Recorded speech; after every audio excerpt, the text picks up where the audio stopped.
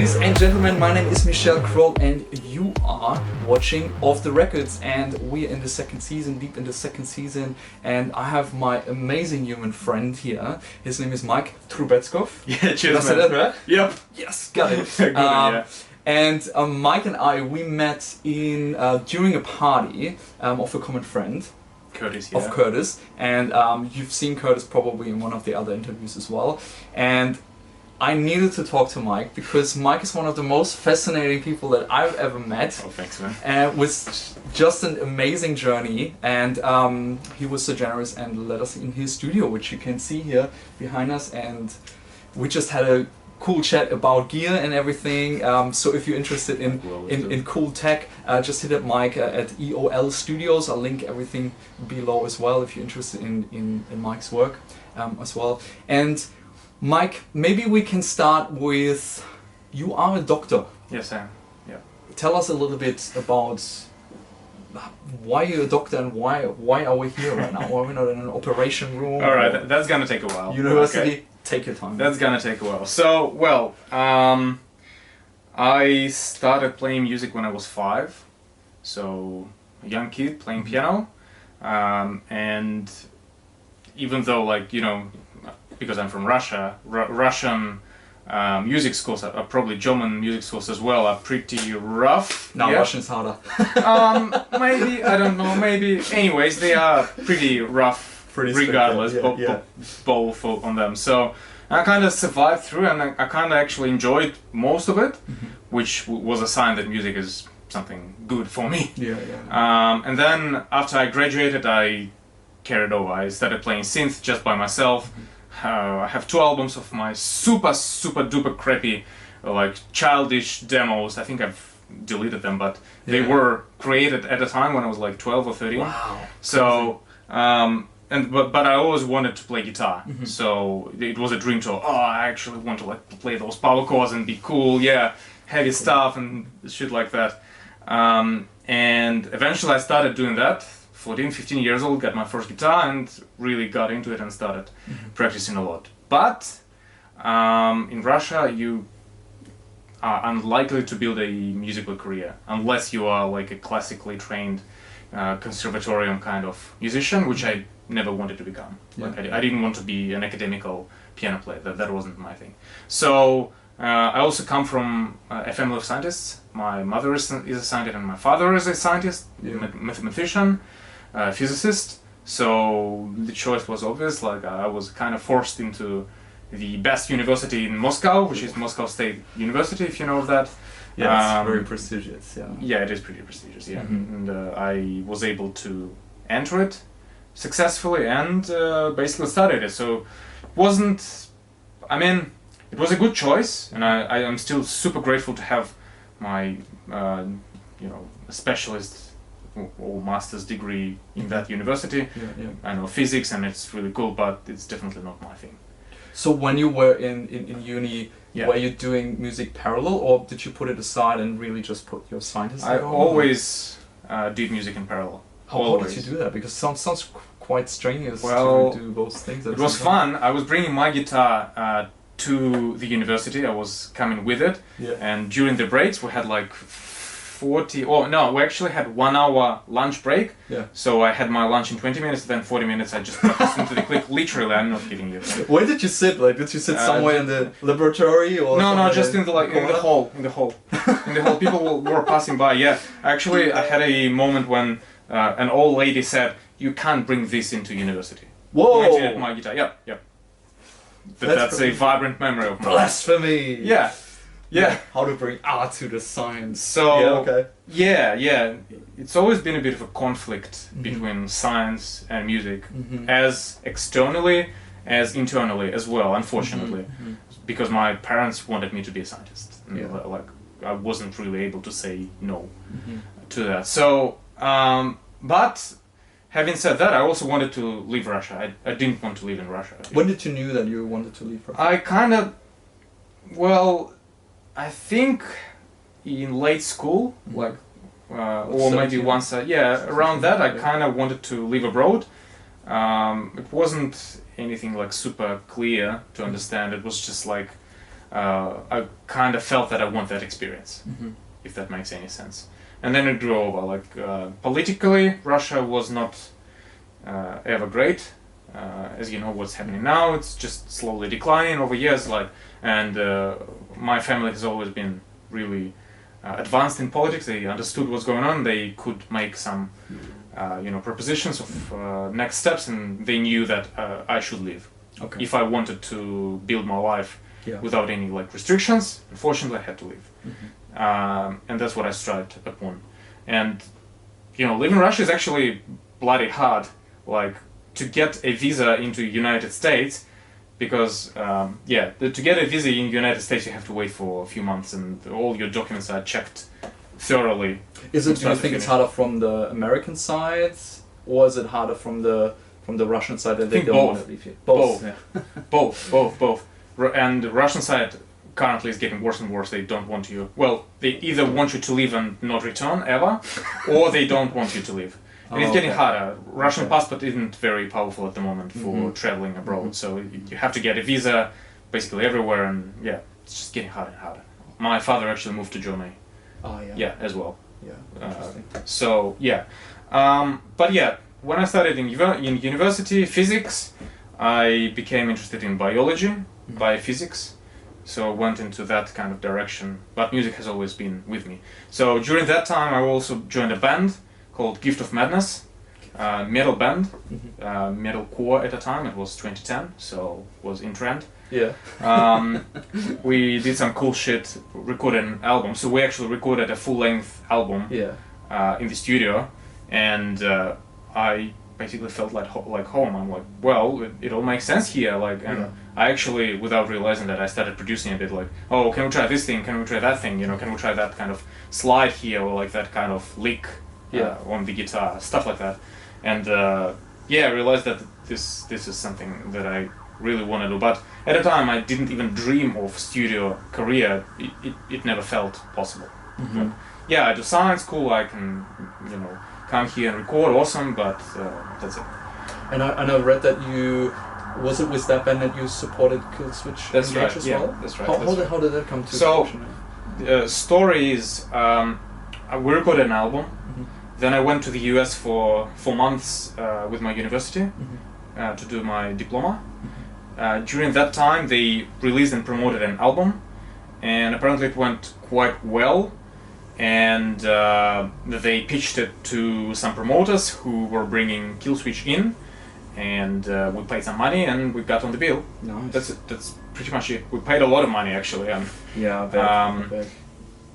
Did that set something up for you for the future? Seeing, I'm not sure if it was an idol, but definitely a very successful band. Well, I was a bit of a fan, not over the top, but I like them a lot.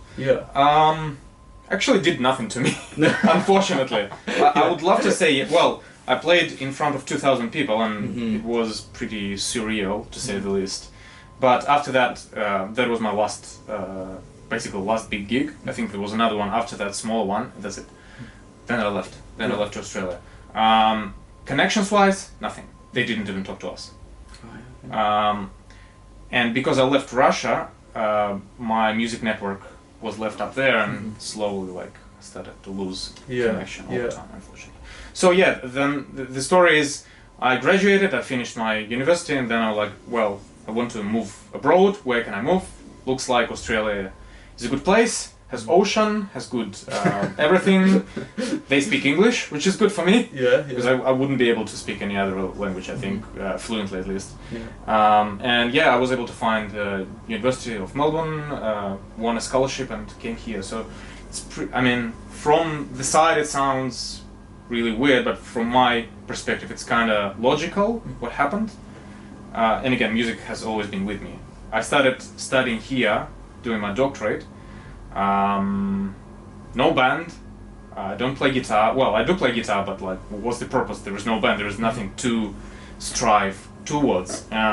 So I bought a pair of speakers and started mixing. Just And what did you mix in the beginning?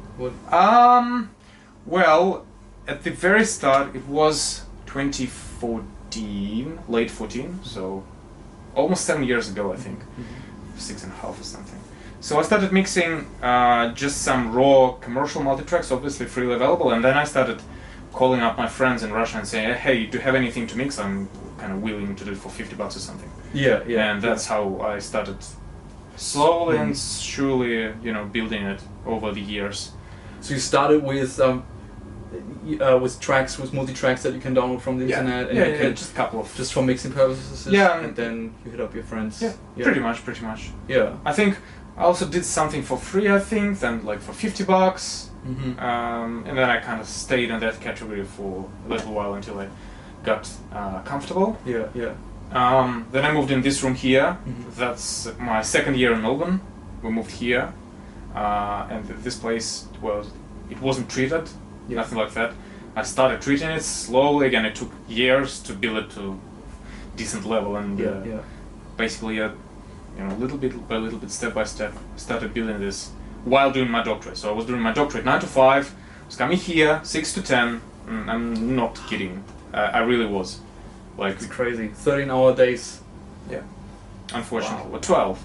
A bit more like 12. Yeah, yeah. And I'm not saying it was every day, but I'm saying it was most of the days. Wow. So it was pretty brutal. Had no friends, didn't talk to anyone, I didn't care. All I wanted to do was music. Literally.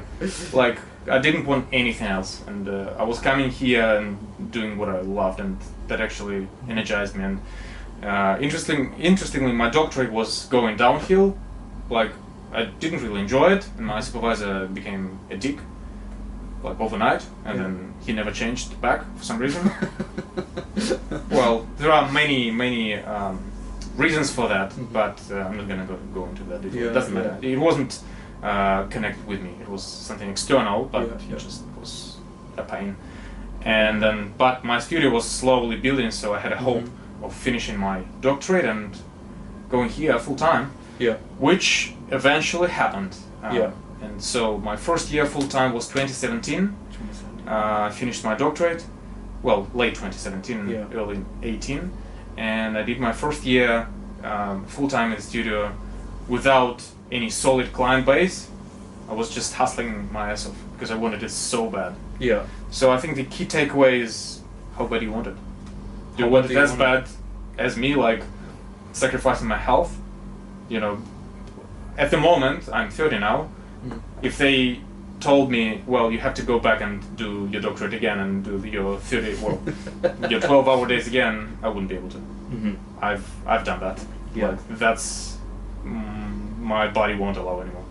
And but And when you said how bad do you want it, and that you were hustling, how did that look from day to day? Like, how did you develop your client base? Like, what did you actually really do? Did you pick up the phone, or did you went to concerts, or how did that go that you built that steady client base? 2017, 2018, I went to, I think, 40 gigs. So I went to a couple a weekend. Yeah. Did you plan it out? Like, did you sit on your computer and say, like, okay, where is everyone playing? Pretty much. Well, yeah. I mean, look, I was younger. I was more excited and anxious to not do it, rather than really meticulous and smart about it. Yeah. But you know, I had that flame under my butt saying, "You have to go. You have to meet people. That's where you can, you know, make connections and, you know, offer value." Because you didn't have really an alternative, right? It was either that or nothing. Or nothing. Starvation, basically. Yeah. I think that does it for people, right? Yeah. I also hated my science so much at the time that like, alternative was go back to science, but I hated that so much, I was feeling so purposeless, like I just felt absolutely unhappy doing, you know, something that I'm not made for, if that makes any sense. Yeah. So I decided that this is better than going back to science. But would you say, I remember I asked you that before, like in this area, but would you say that the scientific methods that you've learned and that structural learning and persevering, did that help you building your client base? Does it help you now still, or would you say like, nah, that's completely separated? I think it does. Not in a super direct way, but the approaches that I built in the lab at my doctorate definitely helped.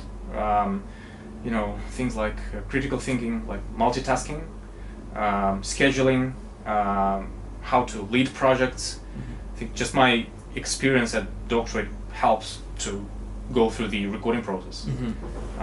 Because, well, so in 2018 I was still trying to offer mixing, then I quickly realized that actually production is where it is at. Because people don't know how to record well. So I received multi-tracks that haven't recorded so well, and people just expect them to turn in miracles, but that's not how it works really. And I can offer much more value and experience in production because I actually have recorded myself as a guitarist so many times. I've collaborated with other musicians recording bass and drums elsewhere, so I kind of am experienced in the whole thing, and that's what I started doing, and then that's where my scientific skills were so applicable. You know, outlining the whole thing, finding weak spots, you know, planning out budgets and seeing where funds should be invested in order to get better value, and where they should be not invested and kept to not just waste them. You know, stuff like that. Yeah, I think that's where my science is applicable to the studio. Yeah, great. Let me just check on that everything is running here. Wow. Yeah. Okay. Cool. See. And when you started building your clients, how did you? What was your approach of communicating? What was your way of? Let's say you went to the gig, right, and you saw this band and you thought like, hey, this is cool music. I would love to work with them. Like, how did it go from this situation where you stand in the club and you listen and you watch the band, then to actually start working with them? How was that communication like? How? That's an incredible question. And to answer shortly, hard, very hard, because in metal or in rock music, well, you have to be a part of a tribe. You have to. So, in order to get respect and recognition, you have to be known in the scene. If you are not known in the scene, it's very hard. I obviously wasn't known in the scene. So you have to be a guitarist of a band X, which is also a producer, and then people are like, oh, I know his band, he's cool, so probably he'll record me well. Which isn't actually a fair comparison, but that's how it works. So I wasn't, but what I did was, well, I basically had a chat with them. I said, you know, dudes, your music fucking rocks.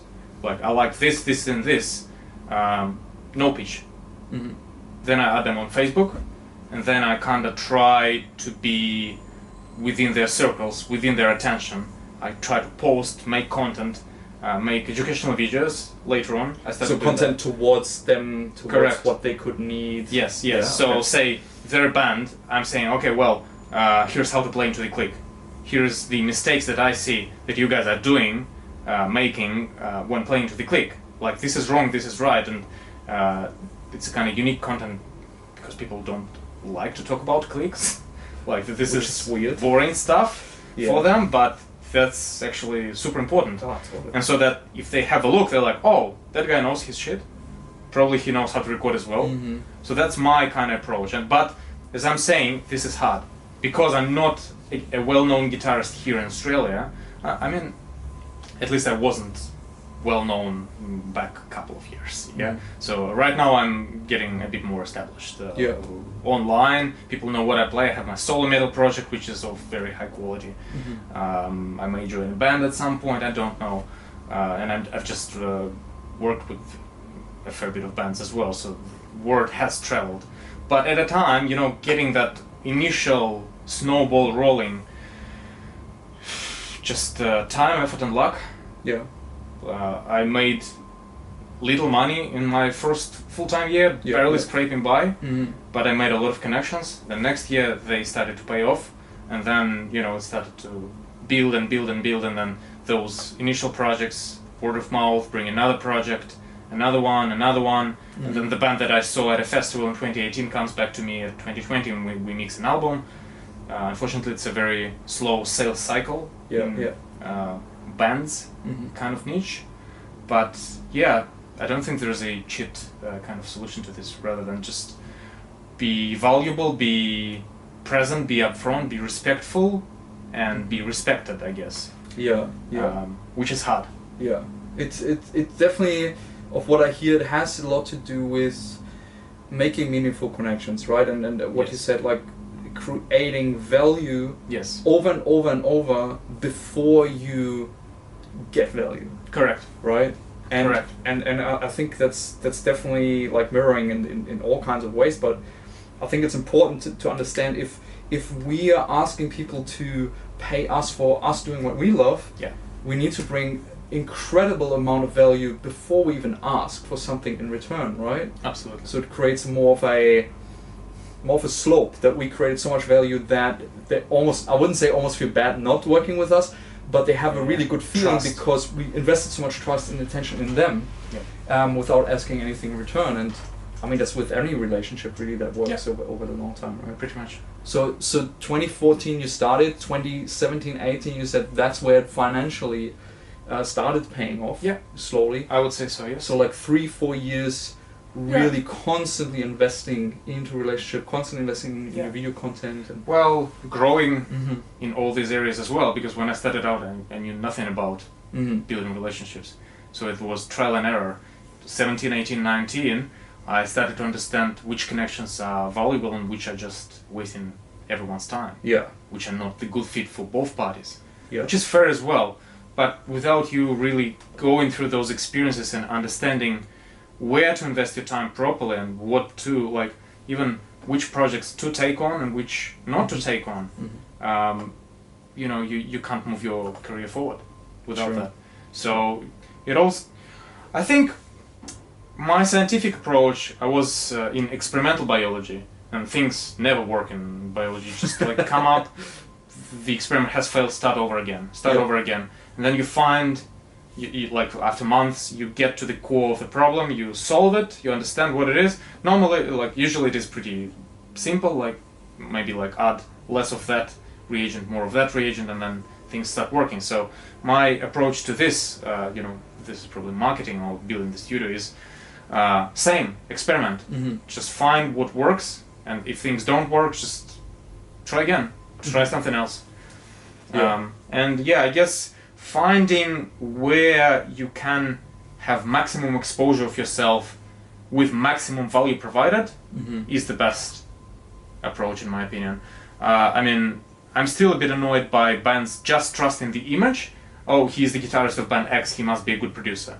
That doesn't make much sense to me because I don't see much value in being a good face. I may be wrong though, but combining the two, like saying, okay, well, he's an amazing producer, I also heard his work and I like that, and he makes content that is helpful. That makes more sense, right?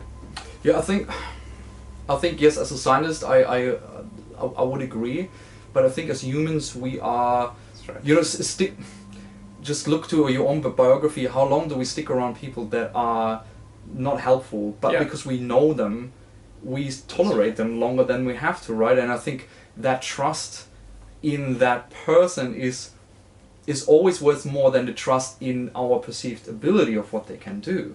Correct. Right? So that brand is incredibly important for people to judge, okay, am I safe with this person? Am I getting the value that I think I will get? Yeah. Right? And I mean, how often have we been with people and we thought that they could provide a lot of value, but they didn't in the end, you know, because we trusted the image. So I get that, but I think what you're doing is really well done, because you understand the value of connection first.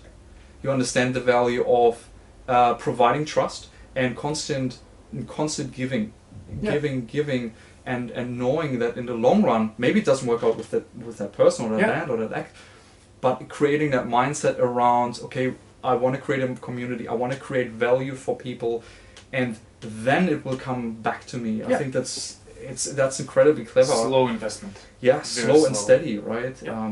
A good friend of mine, if you haven't watched it, Martin Case in the first season, he did something really nice, because he is a Berkeley alumni. Worked his way around the world and lives now in Williamstown in Melbourne. And what he did when he moved into Australia almost the same time than I did, like 6 years ago or so. And what he's done, he understood, okay, well, I need to build community first, and then I can get what I want out of it, right? So Yes. he basically said, well, I'm a multimedia producer, so he went to all the community groups and said basically, hey, can I do a free video to advertise your community? Yeah. Right, so he interviewed people, he made a nice video clip around it and said, like, here you go.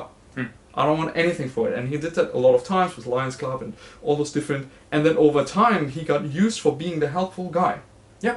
Right? And then people start coming to him and say like, hey, can you help us with that? We have a budget of da-da-da, right? And then, or people ask him, hey, what do you need? And he said, well, I would love to create a big band and, you know, do you know anyone? And no, but, you know, we can, or we have so many people here, we can just ask everyone. Yeah. Right? And I thought that was just incredibly Smart, yeah. smart in a short amount of time to say like, look, don't worry about me. Yeah. What do you need? Right? And they constantly do that and accessing your the value that you can provide to make other people feel good about themselves, right? Exactly. Yeah, it's crazy. Yeah, well done, man. I can only congratulate for that. Cheers. Cheers. What's next for Mike? What's next in the pipeline for Dr. Metal? I like to call him Dr. Metal. I actually put it on my website now. Yes! Dr. Metal. That's so cool, man. Love it. Yeah, cool. So what's next for Dr. Metal? Well, next up is few cool projects and hopefully more cool projects, which have woken up from hibernation of COVID. Yeah, because lots of bands have just paused indefinitely up until touring is back available for them. So unfortunately, it's a bit of a weird time at the moment. But I'm excited to start few projects coming in. I think actually next week or this week. We start some discussions. So I'm excited for that, and I'm excited to start building that momentum back again. Yeah. Even though I started this year really intensely, I've been like working for 2 weeks or 9 days straight, I think. I can't remember. Yeah, it was weird. So that's definitely, just basically things. I'm looking forward to getting super busy again and just sailing into this crazy time when everything is rough. That's what excites me and energizes me. Yeah. Also, I decided to try myself in movie scoring or series scoring or game scoring niche. How come? That's interesting. So, few ideas. I actually wanted to be a composer when I was a little kid. My father asked me whom I wanted to be, and I said composer. Yeah. So. Did you know what that was by that time? Yeah. Yeah. I listened to classical music at the time, like Bach and stuff. And yeah. And you thought that was really cool? Yeah. As a little child? Yes. See, most people want to be a fireman. He said, I want to be a composer. Yeah. Yeah, cool. Yeah. I always had a dream of my music playing into the movie. I don't know why. Did you watch movies when you were growing up a lot, or? Fair bit, yeah. Yeah. Fair bit. Some. Can't say that I'm a movie guy. I'm definitely a music guy in the movies. And well, my thing is, look, since my young age, I always wanted my music to be known and heard, just subconsciously inside of myself. I don't know, like that may sound a bit selfish, but it's just a true desire. I want the music that I create, if it's good, and I make sure that it is good, to be, sent into the world. And with metal, it's not always possible just because of the size of the niche. It's a very niche-based music, and my heart is with metal and for metal 100%, and I'm gonna be staying with that niche forever. But as something on the side, influenced by metal, but not sounding exactly like metal, and used in moving picture as a background or maybe as a main hook rather than just the music itself. Is just something different that I would like to experiment with. So that's on the cards as a separate thing for 2021. Building a portfolio. I'll see how I go.